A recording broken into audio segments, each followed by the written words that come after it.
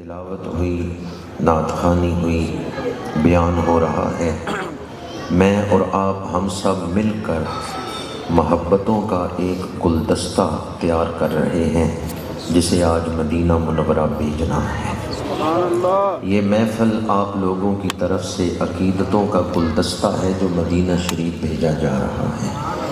کیا خیال ہے آپ لوگوں کا؟ وہ کریم آقا جو طائف کے بازار میں پتھر پھینکنے والوں کو ہدایت کی دعا دیتے ہیں، وہ گلدستے پیش کرنے والوں کو کیا کچھ عطا کریں گے۔ آج آپ لوگ جب اس محفل سے واپس اپنے گھروں کی طرف لوٹیں گے تو یہاں سے خالی ہاتھ نہیں جائیں گے، بڑی برکتیں اپنے ساتھ لے کر جائیں گے۔ ابھی تلاوت ہوئی، نعت خوانی ہوئی، یوں محسوس ہو رہا تھا کہ جیسے کوئی جنتی درخت ہلا رہا ہے اور حاضرین کی جھولیوں میں جنتی پھول گر رہے ہیں۔ یہ لمحے زندگی میں بار بار آیا نہیں کرتے۔ جو موتی آپ کی جھولی میں ڈالے جا رہے ہیں، اگر انہیں سنبھال کے رکھیں گے تو یہ خزانہ قبر میں کام آئے گا، یہ خزانہ حشر میں کام آئے گا۔ آج ہماری خوش نصیبی ہے، ربیع الاول شریف کی پہلی رات میں ہی ہم ذکر رسالت مآب کی سعادت حاصل کر رہے ہیں۔ ادھر ربیع الاول کا چاند طلوع ہوا، ادھر عشاق محفل سجا کے بیٹھ گئے۔ میں جب یہاں حاضر ہوا ہوں، اپنے میزبان دوستوں کی محبتوں کو دیکھا تو ان کی ایک ایک ادا یہ بتا رہی تھی کہ کسی کامل کی نظر نے انہیں تراش کے ہیرا بنا دیا۔ آپ کے علم میں ہوگا آج کی یہ محفل عاشق رسول، عاشق مدینہ، فناف الشیخ جناب محترم صوفی محمد اقبال صاحب رحمۃ اللہ تعالیٰ علیہ کے سالانہ ختم پاک کے ساتھ بھی نسبت رکھتی ہے، اور ان کی نسبت آستانہ عالیہ مرکز فیضان علی پور سیدہ شریف کے ساتھ تھی، اور یہ سعادت بھی انہیں حاصل تھی۔ شیخ کے ساتھ ان کی محبت کا یہ عالم تھا۔ پتہ نہیں کس محفل میں یا کس رات مانگی ہوئی یہ دعا قبول ہو گئی کہ انہوں نے آخری سانس بھی مرشد خانے پہ لی ہے۔ مرشدوں کے قدموں میں ہی انہوں نے اپنی جان آفرین کے سپرد کی ہے۔ وہ کسی نے کیا خوب کہا ہے کہ ساقیہ ہر قدم پہ تیری خیر ہو، میں کشی کا صدا دور چلتا رہے، تیری نظر کرم سے رہے واسطہ، مست گرنے سے پہلے سنبھلتا رہے۔ مل گئی جس کو مرشد کے قدموں میں جا، خوف اس کو نہیں کچھ بھی ہے موت کا، در حقیقت یہ ہے زندگی کا مزہ، سامنے آپ ہوں دم نکلتا رہے۔ در حقیقت یہ ہے زندگی کا مزہ، سامنے آپ ہوں دم نکلتا رہے۔ آج یہ بھی ہماری خوش نصیبی ہے کہ آستانہ عالیہ علی پور سیدہ شریف کی روحانی امانتوں کے وارث، فیوزات کے وارث اس محفل کی صدارت فرما رہے ہیں۔ اللہ تعالی حضرت قبلہ پیر صاحب کی عمر میں اور برکتیں عطا فرمائے۔ ایسی ہستیاں کسی ایک سلسلے کے لیے ہی سرمایہ نہیں بلکہ ملت اسلامیہ کا سرمایہ ہے۔ ہمارے میزبان دوستوں نے جس محبت سے یہ محفل سجائی ہے، اللہ تعالیٰ ان کے حسن نیت سے بڑھ کے اجر عظیم عطا فرمائے۔ خطبہ کے دوران میں نے سورہ مائدہ آیت نمبر 15 تلاوت کرنے کا شرف حاصل کیا ہے۔ اس آیت مبارکہ کے ترجمے سے پہلے مسند امام احمد کی ایک حدیث پاک آپ کو سنا رہا ہوں۔ میرے آقا کریم صلی اللہ علیہ وآلہ وسلم نے ارشاد فرمایا، جس شخص نے ساری زندگی میں ایک آیت بھی شوق سے سنی ہے، اس کی قبر میں اندھیرا نہیں۔ کوئی یہ نہ سمجھے کہ شاید میں مبالغے سے کام لے رہا ہوں، ایک آیت سنی اور قبر روشن ہو گئی۔ حضرت سفیان ثوری رحمۃ اللہ تعالیٰ علیہ فرماتے ہیں، اللہ کے کلام کی شان لامحدود ہے اور انسان کا ذہن محدود ہے۔ ہم اپنے محدود ذہن سے قرآن کی لامحدود شانوں کو نہیں سمجھ سکتے۔ جس شخص نے ایک آیت بھی شوق سے سنی اور یہ سننا اللہ کی بارگاہ میں قبول ہو گیا، جب اس کی قبر میں روشنی پھیلے گی وہ فرشتوں سے پوچھے گا یہ نور کہاں سے آ رہا ہے؟ فرشتے کہیں گے فلاں محفل میں تو نے قرآن سنا تھا، اللہ نے تیری قبر کو روشن کر دیا۔ اللہ کریم نے اپنے محبوب کی آمد کو بیان کیا۔ آج جو ماہ مبارک شروع ہوا ہے، اس کی 12ویں صبح کو حضور کی آمد کے ساتھ نسبت ہے۔ جو آیت میں نے پڑھی ہے اس میں اللہ کریم نے حضور کی آمد کو بیان کیا ہے۔ یا اہل الکتابی قد جاءکم رسولنا، اے اہل کتاب تحقیق آیا تمہارے پاس رسول ہمارا۔ جاءکم رسولنا، کم اور نا یہ دو ضمیریں کس ترتیب کے ساتھ آئی ہیں؟ اللہ کریم کیسے سجا سجا کے اپنے محبوب کا ذکر کر رہا ہے۔ جاءکم رسولنا، آیا تمہارے پاس رسول ہمارا، آیا تمہارے پاس رسول۔ اللہ کریم نے کیا فرمایا؟ آیا تمہارے پاس رسول۔ ہم کہتے ہیں ہمارا ہے، وہ کہتے ہیں ہمارا ہے۔ ہم کہتے ہیں سب سے اولا و اعلیٰ، سب سے بالا و والا، وہ فرما رہا ہے آیا تمہارے پاس ہے ہمارا۔ جاءکم رسولنا، پروردگار فیصلہ تو کر رسول کس کا ہے؟ ہم کہتے ہیں ہمارا ہے، تو کہتا ہے ہمارا ہے۔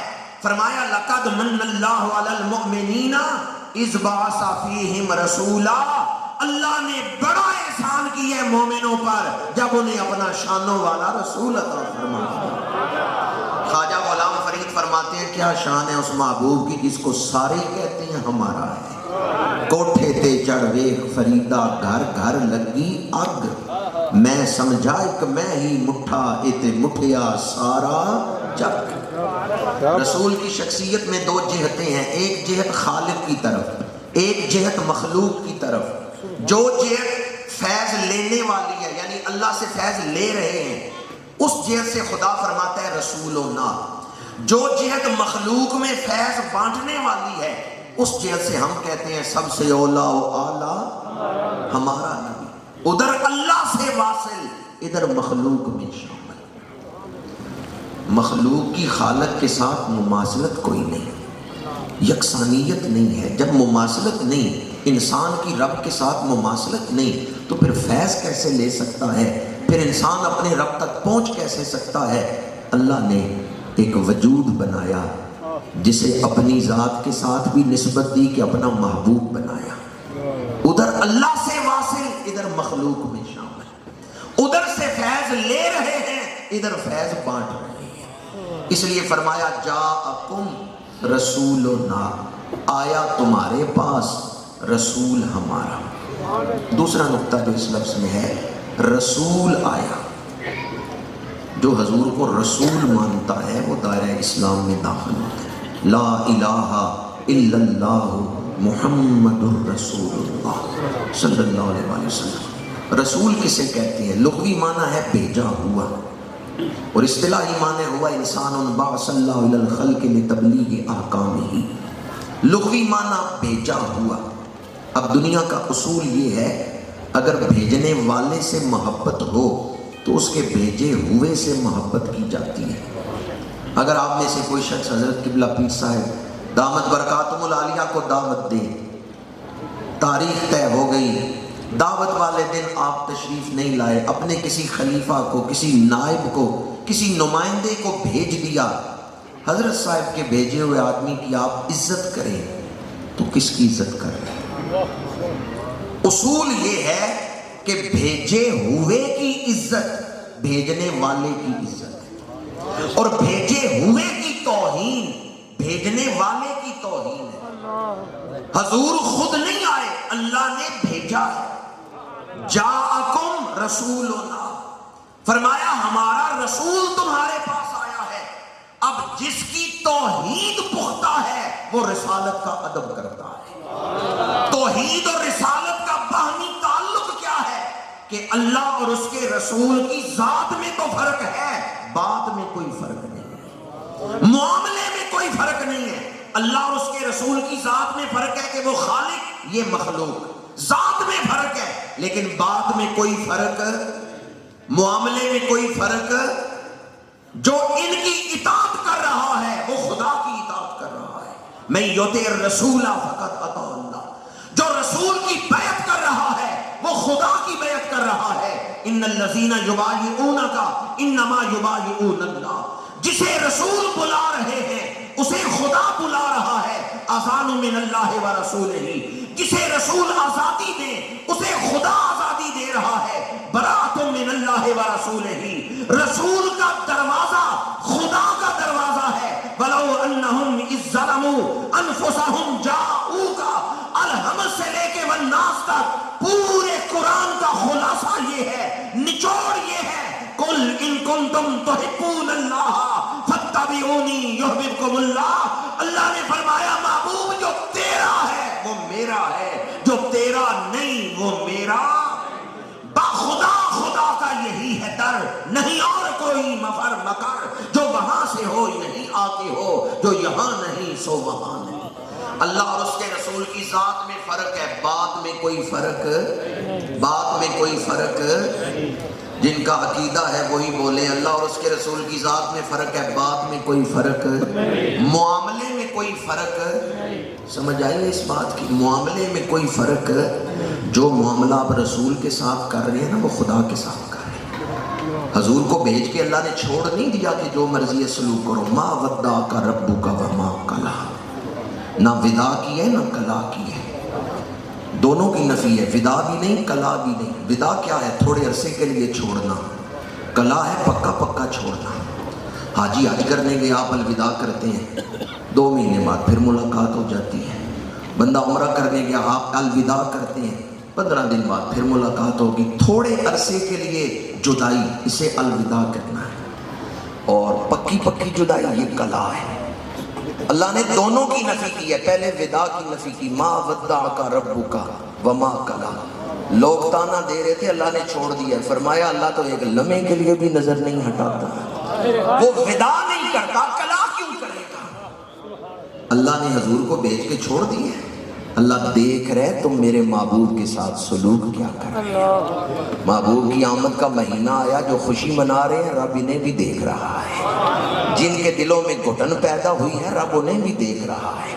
اگر خوشی ہے، اور یقیناً خوشی ہے، تو خوش ہو کے ذرا کہہ دیں آمد مصطفیٰ۔ رسول کے ساتھ جو معاملہ ہے وہ خدا کے ساتھ معاملہ ہے۔ اللہ اور اس کے رسول کی بات میں، معاملے میں کوئی فرق۔ یہاں صرف احتیاط نہیں، بڑی احتیاط کی ضرورت ہے۔ فتنوں کے اس دور میں وہ آدمی بڑا خوش نصیب ہے جو اپنا ایمان سلامت لے کے دنیا سے چلا گیا۔ خانقاہوں نے ہمیشہ، آستانوں نے ہمیشہ ایمان کی حفاظت کی ہے۔ فتنوں کے اس دور میں لوگ جب سوشل میڈیا سے دین سیکھ رہے ہیں، میں آپ کی خدمت میں گزارش کروں گا اپنے ایمان کی فکر کریں، سوشل میڈیا کو دین کا مستند ذریعہ نہ سمجھیں، کسی فکر آخرت رکھنے والے اللہ والے کے پاس بیٹھ کے دین سیکھیں۔ یا اہل الکتاب قد جاءکم رسولنا، فرمایا تمہارے پاس ہمارا بھیجا ہوا آیا، جنہیں ہم نے بھیجا ہے وہ آئے۔ کلمہ پڑھنے کے بعد سب سے بڑا فرض ادب رسول ہے۔ لفظ رسول کے حوالے سے یہ نقطہ عرض کر رہا ہوں، نماز فرض ہے پر نماز سے بڑا فرض ادب رسول ہے، روزہ فرض ہے پر روزے سے بڑا فرض ادب رسول ہے۔ بندہ نماز نہ پڑھے کافر ہوگا یا گناہگار ہوگا؟ گناہگار ہوگا، اور ادب نہ کرے تو کافر ہو جائے گا۔ بندہ روزہ نہ رکھے کافر ہوگا یا گناہگار ہوگا؟ گناہگار ہوگا، اور حضور کا ادب نہ کرے تو کافر ہو جائے گا۔ اس لیے کلمہ پڑھنے کے بعد سب سے بڑا فرض ادب رسول ہے۔ نماز اچھی، روزہ اچھا، زکوٰۃ اچھی، حج اچھا، مگر میں باوجود اس کے مسلمان ہو نہیں سکتا۔ نہ جب تک کٹ مروں خواجہ بطحا کی عزت پر، خدا شاہد ہے کامل میرا ایمان ہو نہیں سکتا۔ کلمہ پڑھنے کے بعد سب سے بڑا فرض ادب رسول ہے۔ اکثر آپ یہ بات کرتے ہیں بھئی شاگرد کو چاہیے استاد کا ادب کرے، استاد کا احسان ہے شاگرد پر، اس کو پڑھایا ہے۔ اولاد کو چاہیے والدین کا ادب کرے، کیوں؟ والدین نے پرورش کی ہے، اولاد پر حق ہے والدین کا۔ ذرا دل تھام کے جواب دیں، استاد کا تو حق ہے شاگرد پر، والدین کا تو حق ہے اولاد پر، حضور کا بھی کوئی حق ہے امت پر ہی؟ اور تم پہ میرے آقا کی عنایت نہ سہی، منکروں کلمہ پڑھانے کا بھی احسان ہے۔ اللہ کے بعد ہمارے سب سے بڑے محسن ہیں تو سرکار مدینہ ہے۔ حضور سے بڑا مخلوق میں، حضور سے بڑا ہمارا کوئی محسن نہیں۔ ہمارے اوپر سب سے بڑا احسان ہے تو سرکار مدینہ کا احسان۔ اللہ کے بعد ہمارے سب سے بڑے محسن سرکار مدینہ صلی اللہ علیہ وسلم۔ کبھی یہ بھی آپ نے سوچا کہ میں نے حضور کے حقوق ادا کیے ہیں یا نہیں ادا کیے؟ حق تلفی یہ ظلم ہے، کسی کا حق نہ دینا یہ ظلم ہے۔ اگر قیامت کے دن حضور نے پوچھا کہ میرا حق تھا تیرے اوپر، تو نے حق نہیں ادا کیا، اس وقت کیا منہ دکھائیں گے حضور کا؟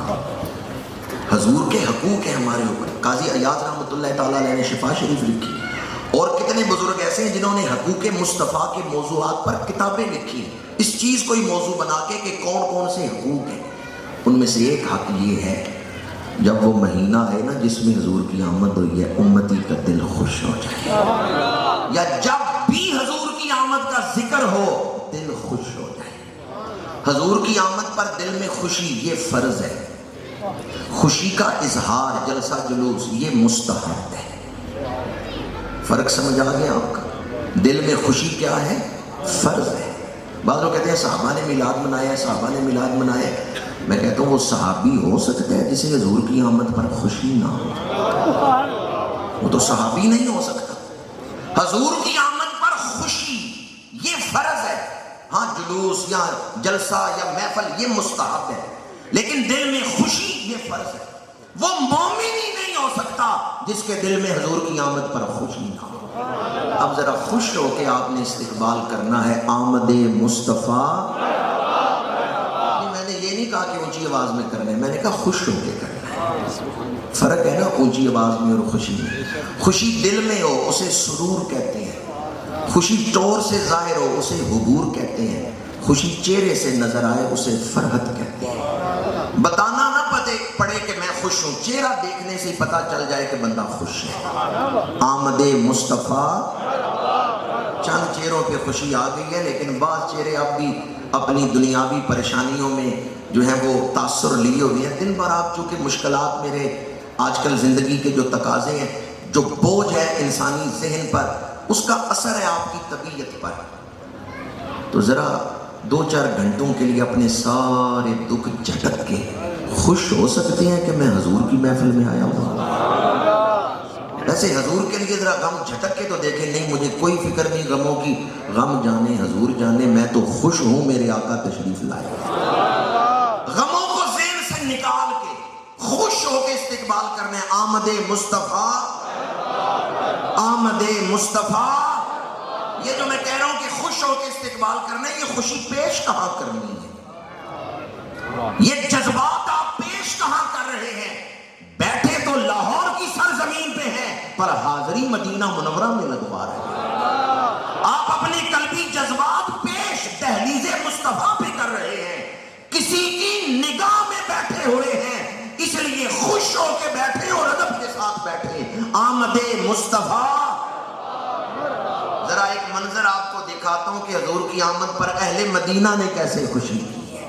آئیں ذرا چشم تصور سے دیکھیں، میرے آقا کریم کی آمد ہوئی مدینہ منورہ، اہل مدینہ استقبال کے لیے نکلے، بچیاں سہیلیاں ایک دوسرے سے کہتی ہیں چلو چل کے اس رسول کا دیدار کریں جن کا ہم نے کلمہ پڑھا ہے۔ یہ بچیاں کلمہ پڑھ چکی تھیں لیکن ابھی تک حضور کا دیدار نہیں تھا کیا، کلمہ پڑھ چکی تھیں لیکن رخ بدعا کی زیارت نہیں کی۔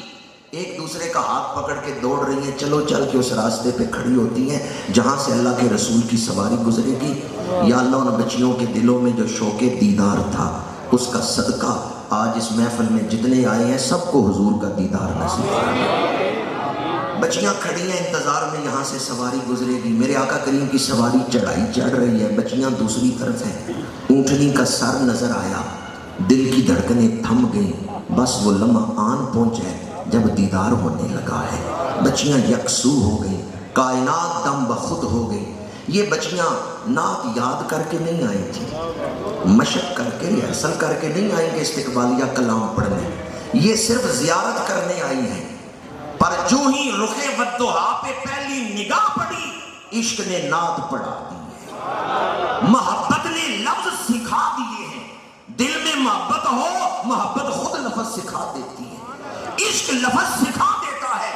جو ہی رخ والضحیٰ پہ نگاہ پڑی، بے ساختہ فی البدی و بچیاں پکار اٹھیں، طلع البدر علینا من ثنیات الوداع وجب الشکر علینا ما دعا للہ داعی، طلع البدر علینا، چڑھیا نہیں چڑھیا چند 14ویں رات، چڑھیا نہیں چڑھیا چند، بدر کہتے ہیں 14ویں کا چاند۔ عربی زبان بڑی وسعت والی ہے، پہلی رات کے چاند کو ہلال کہتے ہیں، چاند بڑا ہو رہا ہو 7ویں رات 8ویں رات قمر کہتے ہیں، چاند پورا ہو جائے بدر کہتے ہیں۔ ان بچیوں نے کیا کہا؟ طالع المخ چند بدر شاشانی، متھے چمکدی لاٹ نورانی، کالی زلف تے اکھ مستانی ہے، مخمور رکھیاں ہن مت بھریاں۔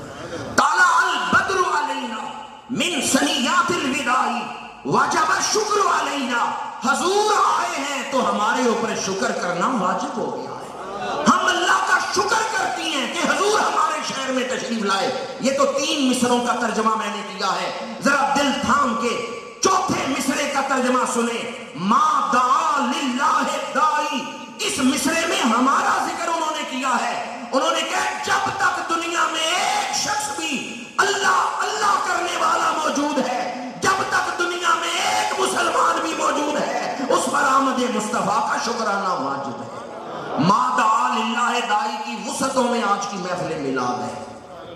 چوتھے مصرے کا جو دائرہ ہے نا، وسعت ہے، اس میں آج کی محفل شامل ہے۔ آگے ان بچیوں نے کہا ایھا المبعوث فینا جئت بالامر المطاع انت شرفت المدینہ مرحبا بک یا خیر داعی فلبسنا ثوب یمن بعد تلخیق الرکاع۔ پہلے ہم بوسیدہ کپڑے پہنے رکھتی تھیں، عام کپڑے پہنے رکھتی تھیں، آج اللہ کا رسول آیا ہے، آج ہم نے سوٹ بھی نئے پہنے ہیں، آج ہم نے کپڑے بھی نئے پہنے ہیں، آج ہمارا دل خوش ہے کہ اللہ کا رسول ہمارے شہر میں آیا ہے۔ میں آپ کی خدمت میں گزارش کروں گا، اللہ توفیق دے تو ارادہ کریں 12 ربیع الاول کو انشاءاللہ نیا سوٹ پہنیں، گنجائش نہ ہو تو کوئی بات نہیں، پرانا سوٹ ہی پہن لیں، لیکن نیت کریں دھلا کے صاف ستھرے کپڑے پہن کے خوشبو لگا کے تیار ہو کے میں حضور کی آمد کی خوشی میں شامل ہوں گا۔ حضور کی آمد پہ نیا سوٹ پہننا یہ ان بچیوں کی سنت ہے۔ وہ کہتی ہیں فَلَبِسْنَا ثَوْبَ یَمَنٍ، آج ہم نے یمنی لباس پہنا ہے، بعد تلخیق الرکاع، آج وہ بوسیدہ کپڑے نہیں ہم نے پہنے، آج ہم نے نیا لباس پہنا ہے۔ میرے آقا کریم ان بچیوں کے پاس سے گزرے، فرمایا بچیوں یہ کیوں پڑھ رہی ہو؟ انہوں نے عرض کیا یا رسول اللہ ہمیں آپ سے محبت ہے۔ میرے آقا کریم نے ان کے سر پہ ہاتھ رکھتے ہوئے فرمایا مجھے بھی اپنی بیٹیوں سے محبت ہے، میں اپنی تمام تر کوشش کے باوجود کیفیات کو الفاظ کا جامع نہیں پہنا سکتا، اگر آپ کر سکتے ہیں تو ذرا یہ مشکل آسان کر دیں۔ بتا سکتے ہیں بچیوں کا دل کتنا خوش ہوا ہوگا جب ان کے سر پہ حضور نے ہاتھ رکھا اور فرمایا ہوگا مجھے بھی اپنی بیٹیوں سے محبت ہے۔ کیا خیال ہے آپ میلاد کی خوشی منا رہے ہوں، حضور سر پہ ہاتھ رکھیں، دل کی کیفیت کیا ہوگی؟ سر پہ رکھ دیجئے ذرا دست تسلی آقا، غم کے مارے ہیں زمانے کے ستائے ہوئے، سر پہ رکھ دیجئے ذرا دست تسلی آقا، غم کے مارے ہیں زمانے کے ستائے ہوئے۔ وہ بچیاں جو حضور کی آمد پہ خوشی کا اظہار کر رہی تھیں، ان کے سروں پہ میرے آقا کریم نے ہاتھ رکھتے ہوئے فرمایا مجھے بھی اپنی بیٹیوں سے محبت ہے۔ اگر آپ میں سے کسی کو زیارت ہو اور میرے آقا کریم فرمائے تو مجھ سے محبت کرتا ہے، میں بھی تجھ سے محبت کرتا ہوں، پیر ٹکے گا زمین پر۔ خوشی کا عالم کیا ہوگا جب حضور فرمائیں مجھے تیرے ساتھ محبت ہے۔ ان بچیوں نے خوشی کا اظہار کیا حضور کی آمد پر، اور چوتھے مصرے میں انہوں نے ہمارا ذکر کیا ہے ما دعا للہ داعی۔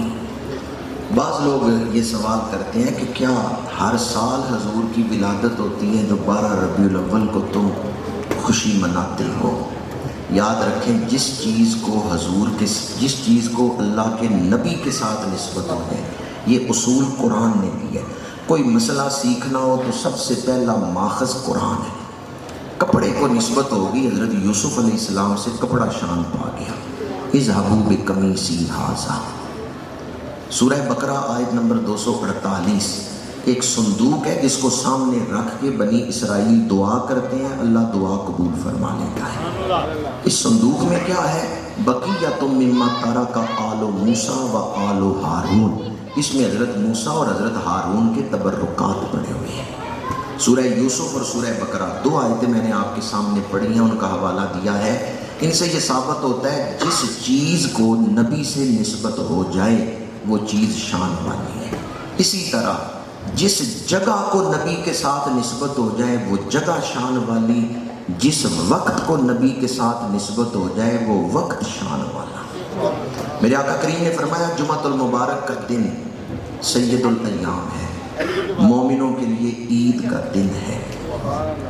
اور پھر اس کی حکمت بیان کی، فرمایا فیہ خلق آدم، اس دن حضرت آدم کی تخلیق ہوئی ہے۔ لاہور کے باشعور مسلمانوں ذرا دیانتداری سے فیصلہ تو کرو، وہ ایک جمعہ ہی شان والا تھا جس جمعے حضرت آدم کی تخلیق ہوئی تھی، یا ہر جمعہ شان والا ہے؟ جی مسئلہ تو سمجھ آ گیا ہوگا۔ اگر کوئی پوچھے بھی ولادت تو ایک 12 ربیع الاول عام الفیل کو ہی تھی، آپ ہر سال ہی اس وقت کی شان سامنے رکھتے ہوئے میلاد منا رہے ہیں، جلوس نکال رہے ہیں، اس وقت جاگ کے دعائیں مانگ رہے ہیں، سلام پڑھ رہے ہیں، تو آپ کی ولادت تو حضرت تخلیق تو حضرت آدم کی ایک جمعے کو ہی تھی، پر شان سارے جمعوں کو مل گئی۔ جب بھی جمعہ آتا ہے برکتیں لوٹتی ہیں، اور حدیث پاک میں ہے کہ جب وہ وقت آتا ہے نا جس وقت ولادت ہوئی تخلیق ہوئی تھی حضرت آدم کی، دعا قبول ہوتی ہے۔ جمعۃ المبارک میں ایک گھڑی ایسی ہے جس میں دعا قبول ہوتی ہے۔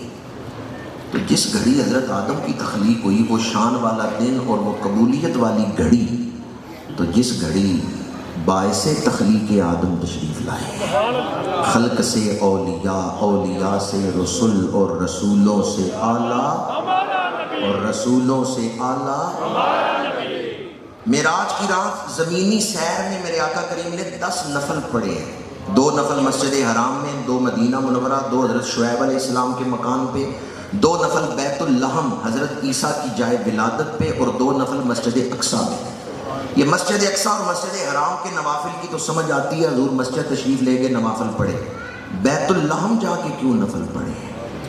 وہاں حضرت عیسیٰ کا میلاد ہوا ہے۔ حضور وہاں برکت حاصل کرنے نہیں گئے، حضور تشریف لے جائیں تو اس جگہ کو برکت ملتی ہے۔ نعمتیں بانٹتا جس سمت وہ ذی شان گیا، ساتھ ہی منشی رحمت کا قلم تان گیا۔ پر وہاں تشریف لے جا کے نوافل پڑھ کے پھر یہ واقعہ امت کو سنا کے حضور نے بتایا ہے جس جگہ نبی کی ولادت ہو وہاں جا کے نفل پڑھو۔ ہم وہاں جا کے نفل پڑھے تو برکت حاصل کریں گے، حضور جا کے نوافل پڑھے تو برکتیں عطا کر رہے ہیں۔ لیکن حضور نے نبی کی ولادت والی جگہ کو اہمیت دی ہے۔ یہ حدیث آپ کو معراج والی احادیث میں مل جائے گی، مسند بزار میں ہے، امام طبرانی نے اس کو روایت کیا ہے۔ میرے آقا کریم نے حضرت عیسیٰ علیہ السلام کی جائے ولادت پہ جا کے نوافل ادا کیے۔ تو میں نے آپ کے سامنے احادیث مبارکہ بیان کی ہیں، بچیوں نے بھی استقبالیہ نعت پڑھی ہے، خوشی کا اظہار کیا ہے، اور میرے آقا کریم اس پر خوش ہوئے ہیں۔ اسی طرح حضرت آدم کی تخلیق یا شب معراج والی روایت، نہ ماننے والوں کا تو کوئی علاج نہیں ہے، لیکن جو ماننے والا ہے اس کو یقیناً ان دلائل سے ایمان افروزی کی کیفیت نصیب ہوگی۔ ان دنوں میں بعض آپ کو ایسے خیر خواہ بھی ملیں گے جو کہیں گے بھی آپ نے 1 لاکھ روپیہ 2 لاکھ روپیہ لائٹنگ پہ لگا دیا، جھڑیوں پہ لگا دیا، یہ پیسے آپ کسی بیوہ کو دے دیتے، یتیم کو دے، وہ محلے میں فلاں غریب ہے اس کو دے دیں، یہ پیسے آپ میلاد پہ کیوں لگاتے ہیں؟ میرے پاس ایک آدمی آیا اور یہی سوال اس نے، تھوڑی دیر بعد اس کے موبائل کی گھنٹی بجنے لگی، موبائل اٹھا کے اس نے بات کی، پھر جیب میں ڈال لیا، سمارٹ موبائل تھا۔ میں نے پوچھا یہ کتنے کا موبائل ہے؟ کہنے لگا 80,000 روپے کا۔ اور پھر مجھ سے اس نے سوال کیا کیا ہے؟ سوال کیا ہے کہ یہ جو 10,000 روپیہ میلاد میں میں نے دینا ہے یہ میں فلاں غریب کو نہ دے دوں؟ میں نے کہا 80,000 کا موبائل لیتے ہوئے ملے کا غریب نہیں یاد آیا، میلاد مناتے ہوئے غریب یاد آ گئے، گھر میں LCD لگاتے ہوئے غریب نہیں یاد آئے، حضور کا میلاد مناتے ہوئے غریب یاد آ گئے۔ بعض لوگ کہیں گے فلاں ملک نے فتویٰ دیا ہے، وہاں کے دارالفتاء نے فتویٰ دیا ہے۔ میں ان سے سوال کرتا ہوں یہ کعبہ شریف پہ آپ نے جو غلاف ڈالا ہوا ہے یہ کتنے پیسوں کا ہے؟ سونے کی تاروں والا غلاف، جب ریال 30 روپے کا تھا نا اس وقت میں نے حساب کیا تھا کہ 75 کروڑ روپے کا، اب تو خیر ریال مہنگا ہو چکا ہے، چلے وہ 75 کروڑ والے سامنے رکھ رہے ہیں، حالانکہ اس کی قیمت موجودہ جو قیمت ہے نا غلاف کعبہ کی وہ اس سے زیادہ ہے۔ اگر 75 کروڑ بھی ہو تو 1 کروڑ کا غلاف ڈال لیں، 74 کروڑ غریبوں میں بانٹ دیں، کتنے غریبوں کے گھر چل سکتے ہیں؟ یا آپ نے 75 کروڑ 80 کروڑ کا غلاف کیوں ڈالا ہے؟ کوئی ایک حدیث مجھے دکھائیں جس میں میرے آقا کریم نے فرمایا ہو کہ سونے کی تاروں والا غلاف کعبے پہ ڈالا۔ وہ مجھے جواب دینے لگے، کہتے ہیں تعظیم کعبہ کے لیے اتنا مہنگا غلاف ڈالا ہے، تعظیم کعبہ، تاکہ دنیا کو پتا چلے یہ عام گھر نہیں، یہ بڑی شان والا گھر ہے، یہ بڑی عظمت والا گھر ہے۔ میں نے کہا کیوں ڈالا؟ کہنے لگا تعظیم کعبہ کے لیے۔ میں نے کہا 80 کروڑ کا نہ ڈالو، 2 ارب روپے کا ڈالو، ہمارا دل خوش ہوتا ہے۔ اس سے بھی مہنگا غلاف ڈالو، کعبے کی زیارت کر کے ہمارا دل خوش ہوتا ہے، پر صرف اتنا بتاؤ کس نے ادھر منہ پھیرا تھا تو یہ قبلہ بنا تھا؟ یہ عزتیں ملی کہاں سے ہیں کہ اتنا مہنگا غلاف ڈالا جا رہا ہے؟ قَدْ نَرَا تَقَلُّبَ وَجْهِكَ فِي السَّمَاءِ فَلَنُوَلِّيَنَّكَ قِبْلَةً تَرْضَاهَا۔ این حالت نماز میں میرے آقا کریم نے رخ انور سورہ افلاق بلند کی ہے، اللہ کریم نے تصویر کھینچ کے قرآن کے صفوں پہ رکھ دی ہے، فرمایا محبوب جدھر آپ کی مرضی ہے، منہ پھیرنا تمہارا کام ہے، قبلہ بنا دینا ہمارا کام ہے۔ حاجیوں آؤ شہنشاہ کا روزہ دیکھو، کعبہ تو دیکھ چکے اب کعبے کا بھی کعبہ دیکھو۔ نعرہ تکبیر،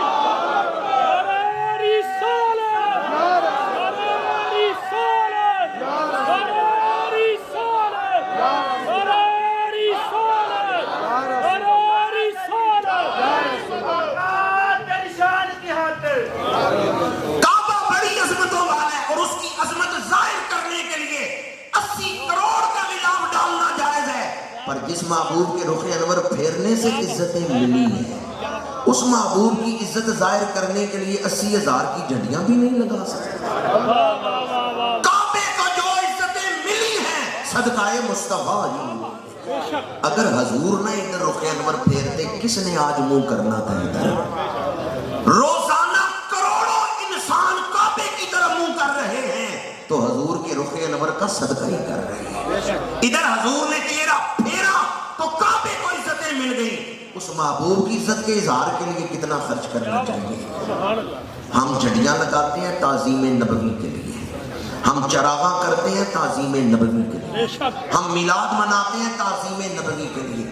دنیا حیران ہو کے پوچھے گی یہ آج چراغاں کیوں ہیں، یہ جھنڈیاں کیوں ہیں؟ جواب ملے گا حضور کا میلاد ہوا ہے، حضور کی آمد کی خوشی میں ہے۔ پتہ چل جائے گا 12 ربیع الاول کی صبح کوئی عام بچہ نہیں پیدا ہوا، اللہ کا محبوب دنیا میں تشریف لایا۔ کعبے پہ غلاف ڈالا تھا، پتہ چلے عام گھر نہیں، یہ شان والا گھر ہے۔ ہم میلاد مناتے ہیں، پتہ چلے 12 ربیع الاول کی صبح عام بچہ نہیں پیدا ہوا۔ مقصود آمد مصطفیٰ، آمد مصطفیٰ، آمد مصطفیٰ، آمد مصطفیٰ، آمد مصطفیٰ، آمد مصطفیٰ، آمد مصطفیٰ، آمد مصطفیٰ۔ ہم اس لیے میلاد مناتے ہیں کہ دنیا کو دعوت اسلام دیں۔ 12 ربیع الاول کی صبح وہ ہستی آئی ہیں جن کے ساتھ ہماری نجات وابستہ ہے، جن کو ماننے پہ نجات وابستہ ہے، جن کی محبت کے ساتھ نجات وابستہ ہے، جن کی اتباع کے ساتھ نجات وابستہ ہے۔ 12 ربیع الاول کی صبح وہ ہستی آئی ہے کہ نہ اس شان کے ساتھ کوئی پہلے آیا ہے نہ آئندہ آئے گا، سب سے اولا و اعلیٰ، سب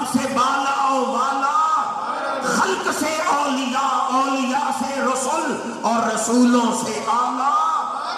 آئے آج اس محفل میں یہ ارادہ کرتے ہیں، میلاد تو ہر سال ہم مناتے ہیں، پر اس دفعہ پچھلے سالوں سے بڑھ کے میلاد منائیں گے. اس تجھ کو احتشام کے ساتھ میلاد منائیں گے کہ اپنی زندگی کا سب سے زیادہ تجھ کو احتشام کے ساتھ ہم اس دفعہ میلاد منائیں گے. اعلیٰ حضرت کی زبان میں بقول اعلیٰ حضرت جو ارادہ اعلیٰ حضرت کا ہے، آئیں ہم سارے اپنے دل میں اس کو تازہ کر لیں. حشر تک ڈالیں گے ہم پیدائش مولا کی دھوم، حشر تک ڈالیں گے ہم پیدائش مولا کی دھوم. اس طرح تو نہیں نہ ڈالی جاتی. میرے بھائی نے نعرہ لگایا تو انہوں نے دھوم والے انداز میں لگایا تھا. محفل میں آج آپ نے اس طرح بیٹھنا ہے جو اعلیٰ حضرت نے تصور دیا ہے کہ حشر تک ڈالیں گے ہم پیدائش مولا کی دھوم. مثل فارس نجد کے کلے گراتے جائیں گے اور خاک ہو جائیں عدو جل کے، مگر ہم تو رضا دم میں جب تک دم ہے ذکر ان کا سناتے جائیں گے. سب سے اولا و اعلیٰ. میں نے تشریحات کی ہیں ورنہ تقریر تو ایک نقطے پر ہی رکی ہوئی ہے. رسول کا معنی بھیجا ہوا، بھیجے ہوئے کی عزت بھیجنے والے کی عزت ہے. تقریر تو وہاں رکی ہوئی ہے، باقی تو میں نے تشریحات کی ہیں. بس آخری بات کر رہا ہوں، حضور جن شانوں کے ساتھ آئے ان شانوں کے ساتھ اور کوئی نہیں آیا. 12 ربیع الاول عام الفیل، وقت ہے صبح صادق. کون سا وقت ہے؟ صبح.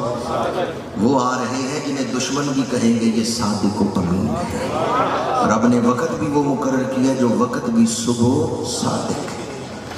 جو دائی خدمت کے لیے حاضر تھی ان کا نام ہے ام عبد الرحمن شفا. یہ مخدومہ کائنات حضرت سیدہ آمنہ رضی اللہ تعالی عنہا کی خدمت میں تھی. دائی فرماتی ہیں ظہور قدسی ہوا، میں نے حضور کو ہاتھوں پہ اٹھایا تو کیا دیکھا؟ ناف کٹی ہوئی ہے، ختنہ ہو چکا ہے. بہت سارے محدثین نے، سیرت نگاروں نے اس کو نقل کیا ہے، حتیٰ کہ اہل حدیثوں میں سے نواب صدیق حسن خان بھوپالی، اس کی کتاب ہے الشمامۃ العنبریہ. الشمامۃ العنبریہ میں اہل حدیثوں کے عالم نے بھی لکھا ہے حضور کی ولادت پاک ہوئی تو ناف کٹی ہوئی تھی، ختنہ ہو چکا تھا. الشمامۃ العنبریہ اس گناہگار کے پاس موجود ہے. اہل سنت کے عظیم محقق شیخ عبدالحق محدث دہلوی رحمۃ اللہ تعالیٰ علیہ مدارج النبوت میں فرماتے ہیں ناف کیوں کٹی ہوئی تھی؟ حکمت کیا ہے؟ اللہ نے حضور کو اپنے وجود کے حسن کی تکمیل میں کسی انسان کا محتاج نہیں بنایا. یہ مدارج النبوت میں محقق الاطلاق شیخ عبدالحق محدث دہلوی نے فرمایا اللہ نے حضور کو کسی انسان کا محتاج نہیں بننے دیا، اس لیے ناف کٹی ہوئی تھی، ختنہ ہو چکا تھا. جسم مبارک دھلا ہوا چمک رہے، ایک قطرہ خون نہیں بدن پاک پہ لگا ہوا. فی عینیہ زعجن، آنکھیں قدرتی طور پہ سرمگی ہیں، سرما لگانے کی ضرورت ہی نہیں ہے. بال سمرے ہوئے ہیں، کنگھی کی ضرورت نہیں ہے. بدن پاک سے خوشبو آ رہی ہے. ویسے خوشبو لگانا حضور کی سنت ہے لیکن آپ خوشبو لگانے کے محتاج نہیں تھے. فرق سمجھ آ گیا؟ وہ یہ نہ سمجھے کہ خوشبو لگاتے ہیں تو خوشبو آتی ہے، نہیں. اللہ نے حضور کے بدن پاک کو ذاتی خوشبو عطا فرمائی ہے. ان کی مہک نے دل کے غنجے کھلا دیے ہیں، جس راہ چل دیے ہیں کوچے بسا دیے. امام ربانی سیدنا مجدد الفسانی رحمۃ اللہ تعالیٰ علیہ کی بارگاہ میں مریدین حاضر ہوئے، مصافحہ کیا. حضور آج کون سا عطر لگایا آپ نے؟ دل کھنچتا ہے آپ کے ہاتھ کی طرف. فرمایا عطر کوئی نہیں لگایا، کر رات رسول اللہ کی زیارت ہوئی ہے، میں نے مصافحہ کیا. یہ میرے ہاتھ سے جو تمہیں خوشبو آ رہی ہے یہ دستے رسول کا فیض ہے. حضور سے مصافحہ میں نے کیا ہے. ان کی مہک نے دل کے غنچے کھلا دیے ہیں، جس راہ چل دیے ہیں کوچے بسا دیے. دائی نے جب یہ شانیں دیکھی دائی حیران ہوئی. حضور کو والدہ کے پہلو میں لٹایا، لیکن اب جو شان دیکھی تو دائی کانپنے لگ گئی. پہلے شانیں دیکھی تو حیران تھی، ناف کٹی ہوئی ہے، ختنہ ہو چکا ہے، جسم دھلا ہوا ہے، آنکھیں سرمگی ہیں، بال سمرے ہوئے ہیں، بدن پاک سے خوشبو آ رہی ہے. دائی حیران. لیکن جب والدہ کے پہلو میں حضور کو لٹایا، اب جو شان دیکھی تو دائی تھر تھر کانپنے لگی. میرے آقا کریم نے کروٹ بدلی ہے. ایک ہاتھ زمین پہ رکھا ہے، کروٹ بدلی، دوسرا ہاتھ زمین پہ رکھا ہے، دونوں ہاتھ زمین پہ رکھ کے سر سجدے میں رکھا. ایک دن کا بچہ کروٹ نہیں بدل سکتا. دائی کانپنے لگی, یہ کون آیا ہے کروٹ بدل کے؟ دونوں ہاتھ زمین پہ رکھ کے سر سجدے میں رکھے. پھر حضور نے سجدے سے سر اٹھایا, نگاہیں آسمان کی طرف بلند کی, انگشت شہادت کو اٹھایا. المواہب اللدنیہ میں شارح بخاری امام احمد بن محمد قسطلانی نے انگشت مبارک اٹھانے کا ذکر کیا, اور متعدد سیرت نگاروں نے اس کو بیان کیا. اور حضور نے انگشت مبارک اٹھا کے اللہ کی توحید کا اعلان کیا, وحدہ لا شریک لہ.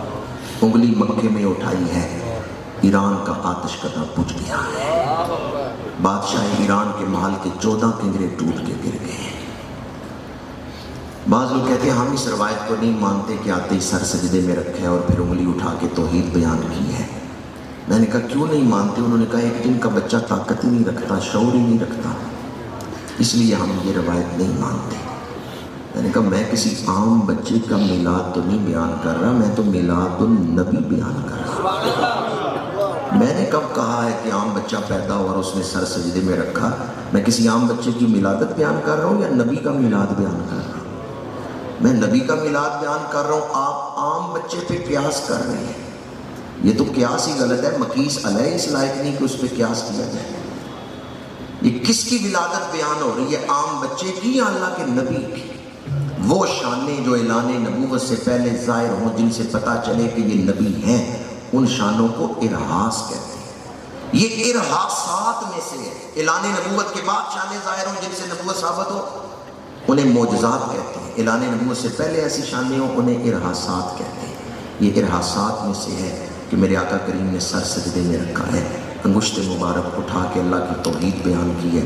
اعلیٰ حضرت کہتے ہیں پہلے سجدے پہ روز ازل سے درود, یادگاری امت پہ لاکھوں سلام. شام کے مشہور سیرت نگار ہیں حضرت علی بن برہان الدین حلبی, ان کی کتاب ہے سیرت حلبیہ. اس میں وہ فرماتے ہیں عرب میں رواج تھا جو بچہ رات کے کسی حصے میں پیدا ہو, جب تک سورج طلوع نہیں ہوتا تھا بچہ کا چہرہ نہیں دکھاتے تھے, بچے کو ڈھک دیتے تھے. اس مقصد کے لیے ایک برتن تھا. دور جاہلیت میں یہ رواج تھا, یہ رسم تھی. ایک برتن بنایا گیا تھا, اس کے نیچے بچے کو ڈھک دیتے, چھپا دیتے, اس میں سوراخ تھے برتن میں. دائی وہاں پہرا دیتی, جب سورج طلوع ہوتا دائی برتن اٹھا کے بچہ دکھاتی تھی. ہمارے آقا کریم کی ولادت پاک ہوئی صبح صادق, لیکن ابھی سورج تو طلوع نہیں ہوا, ابھی اندھیرا تھا. دائی نے کہا وہ برتن منگاؤ, برتن لایا گیا. حوالہ دوبارہ دے رہا ہوں, سیرت حلبیہ میں ہے. عرب کے عالم ہیں, عجم کے نہیں, عرب کے عالم ہیں جن کی زبان سے میں آپ کو میلاد سنا رہا ہوں, علامہ علی بن برہان الدین حلبی. یہ جتنی روایات میں نے بیان کی ہیں یہ سب ان کی کتاب سیرت حلبیہ میں موجود ہے. دائی نے وہ برتن منگایا تاکہ حضور کے جسم پاک کو چھپا دے سورج طلوع ہونے تک. جب وہ برتن لے کے حضور کے بدن پاک کے قریب آئی ہے, برتن ٹوٹ گیا ہے, چکنا چور ہوا ہے, 2 حصے بھی کئی حصوں میں بٹ گئے. اب دائی خاموش نہیں رہ سکی. اب تک جو شانیں دیکھی تھی نا, دائی کی زبان پہ آ گئی. دائی نے کہا بی بی آمنہ مبارک ہو, تمہارے گھر اللہ کا نبی پیدا ہوا.